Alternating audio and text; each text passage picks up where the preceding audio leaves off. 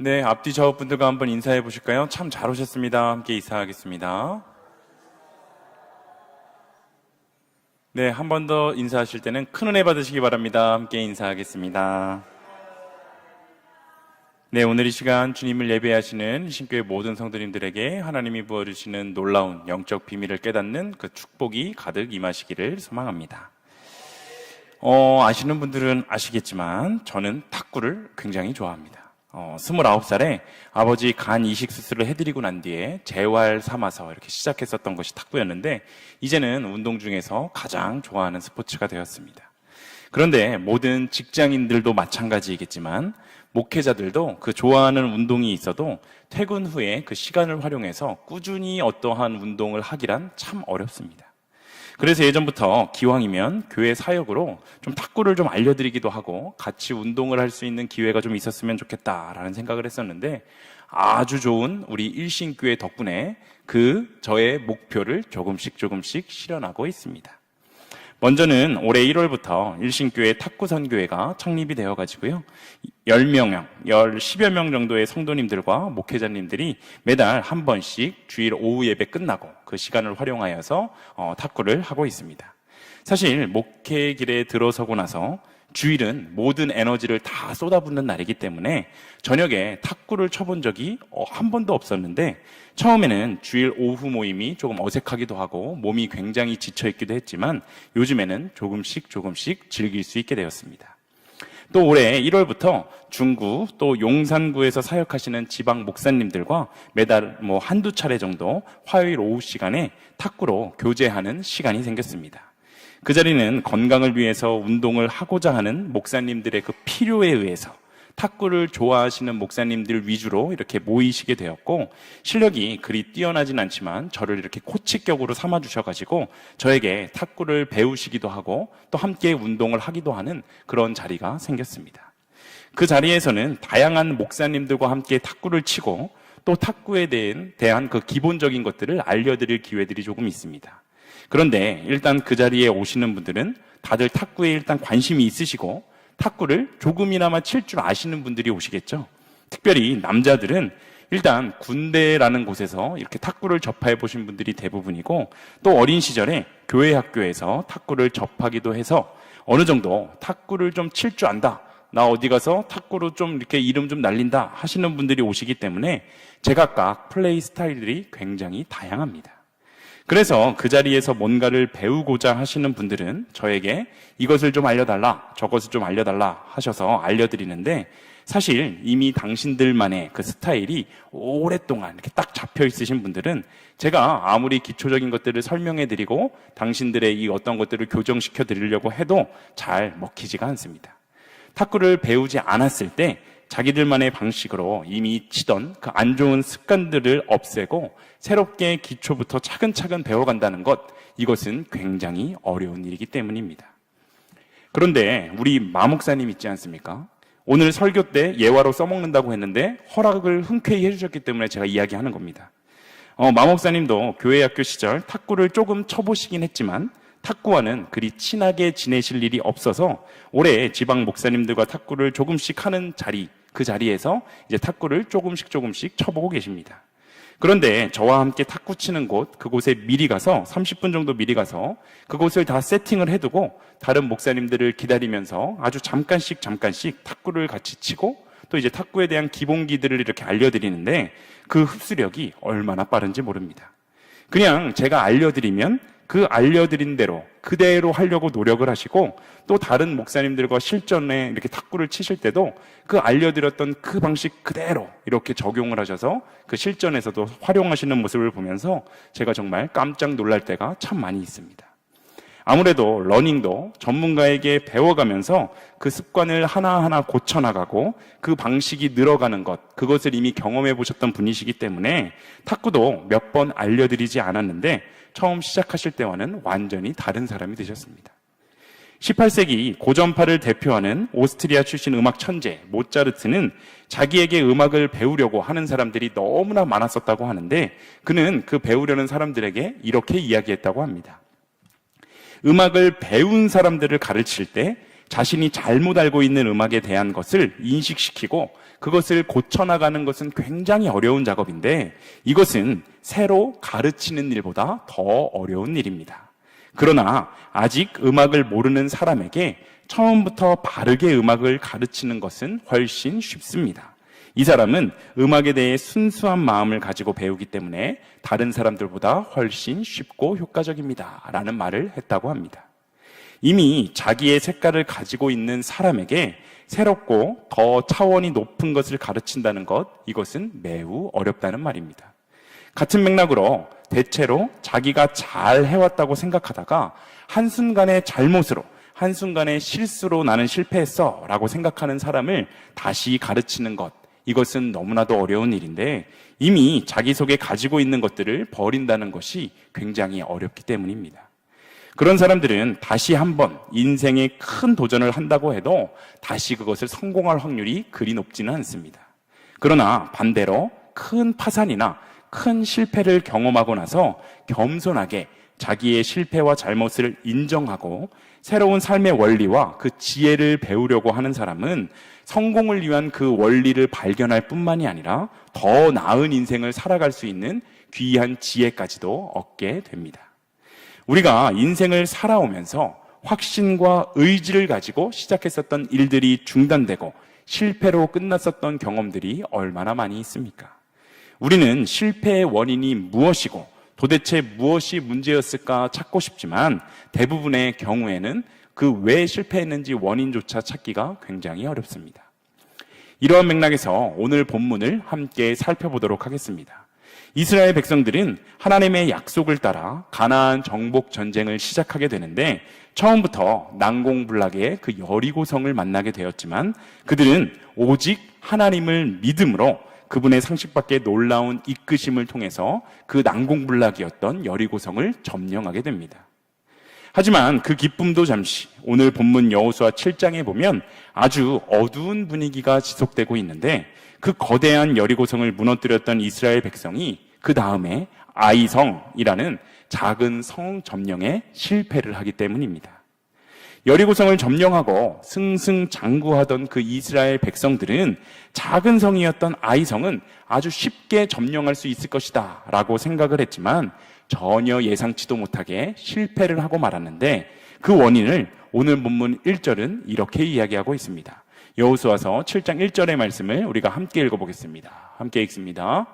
이스라엘 자손들이 온전히 바친 물건으로 말미암아 범죄하였으니 이는 유다 지파 세라의 증손 삽디의 손자 갈미의 아들 아간이 온전히 바친 물건을 가졌습니다. 여호와께서 이스라엘 자손들에게 진노하시니라. 아멘. 지금 아간이라는 사람이 이스라엘 백성들이 하나님께 온전히 바쳤던 그 재물, 그 물건을 훔치는 범죄를 범했고 하나님은 이로 인해 이스라엘 백성들에게 진노했다라고 말하고 있습니다. 그런데 우리가 주목해 보아야 하는 것은 아간에 대한 소개를 하면서 그냥 아간이 물건을 훔쳤다라고 말하고 있는 것이 아니라 윗세대들의 이름까지도 열거하고 있다라는 사실에 우리는 주목해 보아야 합니다. 아간을 말할 때 유다 지파 세라의 증손 삽디의 손자 갈미의 아들 아간이다라고 말하고 있습니다. 성서를 연구하는 학자들은 이 부분을 운명의 사슬로 표현하기도 하는데 오늘의 나는 조상들의 그 영향력을 피할 수가 없고 나의 하는 일과 삶의 모습도 나의 후손들에게 흘러내려간다라는 사실을 우리는 기억해야 합니다. 아간의 윗세대들을 설명하기 위해서는 아브라함 시대까지 거슬러 올라가야 되는데 창세기 12장 13절에 보면 아브라함은 가나안 땅의 기근을 피해 애굽으로 갔을 때 그 아내의 미모로 인해서 자신이 위험에 처할까 두려워서 아내를 누이라고 속이지 않습니까? 이러한 행동은 하나님이 허락하셨던 그 아내를 이방인들에게 팔아버리는 그러한 큰 죄악이었습니다. 결국 아브라함의 이 거짓말로 아내 사라는 바로의 궁에 팔려가게 되었고 아브라함은 그에 대한 보상으로 애굽 사람들이 주는 막대한 재산, 재물까지도 취하게 되었습니다. 사실 이 큰 죄로 인해 아브라함의 가정은 그 자리에서 즉시 박살이 났어도 전혀 이상하지 않는데 하나님께서 개입하셔서 바로의 집안, 오히려 바로의 집안에 큰 재앙을 내리시고 결국 하나님의 자녀였던 그 아브라함과 그 사레의 가정을 지켜주셨습니다. 하지만 분명한 것은 아브라함의 이러한 행동 자체는 큰 죄였다는 사실입니다. 시간이 지나 창세기 26장 7절에 보면 이와 비슷한 사건이 등장하는데 아브라함의 아들 이삭이 똑같은 행동을 하는 것입니다. 이삭은 아버지 아브라함이 어머니 사레를 누이로 속여서 자신의 화를 면하고자 했었던 이 일을 본 적이 없었음에도 불구하고 자신도 아버지처럼 블레셋 사람들에게 아내 리브가의 미모로 인해서 그 화를 입게 될까 두려워서 아내를 누이라고 속이게 됩니다.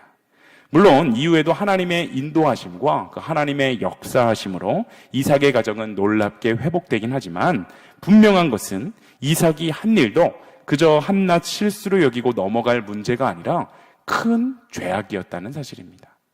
이러한 죄의 사슬은 이삭의 아들 야곱에게까지 이어지게 됩니다. 야곱은 자신이 장자가 아니었음에도 불구하고 아버지 이삭이 주는 장자의 축복을 받기 위해서 아버지와 형을 속여서 그 장자의 축복권을 빼앗게 되었는데 그로 인해 그 가정에는 오랜 시간 불화가 있었습니다. 그런데 이 야곱 역시 자기 아들들에게 속아서 자기가 가장 아꼈었던 그 아들 요셉이 죽은 것으로 알고 오랜 시간을 안타까운 세월을 보내지 않았습니까? 바로 이 야곱의 아들들 중 넷째가 바로 오늘 본문에 언급되고 있는 물건을 훔치며 거짓말했었던 그 아간의 4대를 거슬러 올라간 조상 유다입니다. 죄의 사슬을 이야기할 때 우리는 다윗의 이야기도 빼놓을 수가 없죠.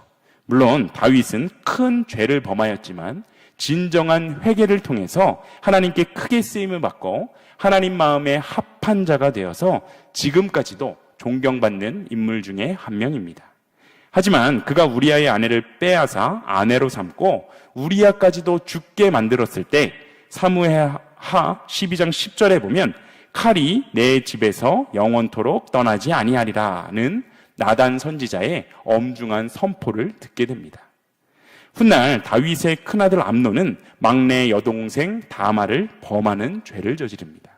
이 사실을 알게 된 암논의 동생이며 그 다말의 오빠였었던 압살롬은 그에 대한 복수로 계략을 꾸며서 형 암논을 죽여버리고 다른 나라로 피신하게 되는데 나중에 그는 아버지인 다윗에게까지 반역하면서 집안에 피 흘림이 끊이지 않게 되는 모습을 우리는 보게 됩니다.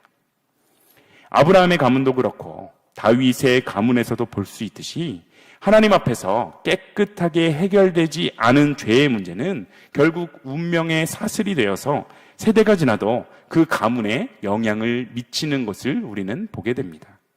특별히 열왕기 상에 보면 악을 행하는 왕들을 표현할 때 그가 여호와 보시기에 악을 행하되 그의 아버지의 길로 행하며 또는 그의 어머니의 길로 행하며 라는 표현들이 쓰여 있는 것을 우리는 어렵지 않게 찾아볼 수 있는데 이렇게 해결되지 않은 죄의 역사는 반복되며 후손에게 흘러내려간다라는 사실을 우리는 기억해야 합니다. 부모들이 자녀들에게 사용하는 그 말을 한번 의식해서 살펴보면 자신들이 어릴 적 부모로부터 듣던 말이라는 것을 쉽게 깨달을 수 있습니다. 저희 막내딸이 벌써 툭하면 자기 오빠를 지적하고 혼을 내고 그러는데 그 말투가 아주 자기 엄마를 쏙 빼다 박았습니다. 오빠는 그런 이야기를 들을 때마다 너가 엄마도 아니면서 라고 막 이렇게 대꾸를 하는데 부모의 말과 행동이 아이들에게는 정말 절대적이구나 라는 것을 몸소 체험하고 있습니다. 지금 내가 하고 있는 행동과 모습을 살펴보면 어릴 때 부모가 했었던 일, 때로는 내가 그토록 하고 싶지 않았던 그 행동들과 같아 있는 나의 모습을 발견하게 됩니다. 그래서 심리학에서는 한 개인을 이해하고자 할 때 가계 도표를 그려보게 합니다. 우리의 육체도 마찬가지지요. 병원에서 환자의 진료를 볼 때 가장 먼저 가족력을 묻는 이유는 현재 그 사람의 병을 이해하고 파악하며 진단과 치료를 하는데 가족력이 큰 영향을 준다라는 사실입니다. 영적인 거장들, 축복의 역사를 이어간 사람들은 자신의 죄와 더불어서 자기 조상의 죄까지도 회개했던 사람들이었습니다. 자기 속에 또한 자신이 속한 공동체 속에 흐르는 죄악의 흐름을 이해하고 회개하고 그 운명의 사슬을 끊어버렸던 것인데, 이것은 전적으로 하나님만을 의지하며 새롭게 믿음의 역사를 만들어 나갈 때 어둠의 영향을 받지 않을 뿐 아니라 나아가서 우리는 축복의 역사를, 축복을 받으며 살아갈 수 있게 되는 것을 우리는 깨달아야 합니다. 우리가 바로 우리 가문과 가정 또한 교회 공동체에 내려오는 잘못된 흐름을 차단할 수 있는 그 한 사람이 되시기를 소망합니다.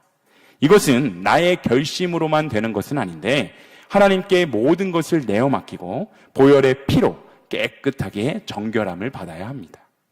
해결되지 않은 죄악의 흐름을 주님의 도우심을 통해서 우리가 깨닫게 되었을 때 주님의 보혈의 힘을 의지하여서 완전히 그 죄악됨을 끊어버리고 믿음으로 결단하고 말씀에 순종하는 삶을 통해 하나님이 부어주시는 넘치는 복을 우리는 누릴 수 있게 되는 것입니다.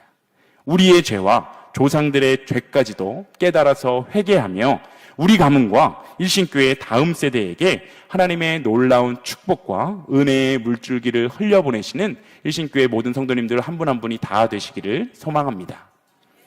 여호수아서 7장 21절 상반절을 우리가 함께 읽어보겠습니다. 함께 읽습니다. 내가 노력한 물건 중에 시날산의 아름다운 외투 한 벌과 은 200세겔과 그 무게가 50세겔 되는 금덩이 하나를 보고 탐내어 가졌나이다. 아멘. 지금 이것은 아간이 여리고를 점령할 때 전리품 중 아름다운 외투 한 벌과 은 200세겔과 무게가 50세겔 되는 금덩이 하나를 훔쳤다라고 말하고 있는 장면입니다. 이러한 아간의 잘못은 여러 가지 차원에서 우리가 그의 잘못을 살펴볼 수가 있는데, 우리가 여기서 주목해 보고자 하는 것은 바로 아간의 교만입니다. 이스라엘 백성이 여리고성을 함락시키고 정복할 수 있었던 이유는 하나님의 명령에 그대로 온전히 순종할 수 있었기 때문입니다. 하나님의 거룩한 백성으로 말씀에 그대로 따랐을 때 그들은 견고한 여리고성을 무너뜨릴 수 있었던 것입니다. 그런데 이렇게 큰 성공을 맛보았을 때 아간에게는 교만이라는 죄가 엄습하게 됩니다. 오늘 본문에 보면 이스라엘 백성들은 여리고성을 공격할 때와 아이성을 공격할 때 너무나도 다른 모습을 보여주는데, 그 난공불락 여리고성도 무너뜨렸으니 작은 아이성은 아무것도 아니라는 그 자만과 교만이 넘치게 되어서 전쟁에 앞서 하나님의 괴가 앞장섰다라는 말도 없고, 하나님께 기도하거나 하나님께 묻고 전쟁을 하러 갔다라는 이야기도 전혀 쓰여 있지 않습니다.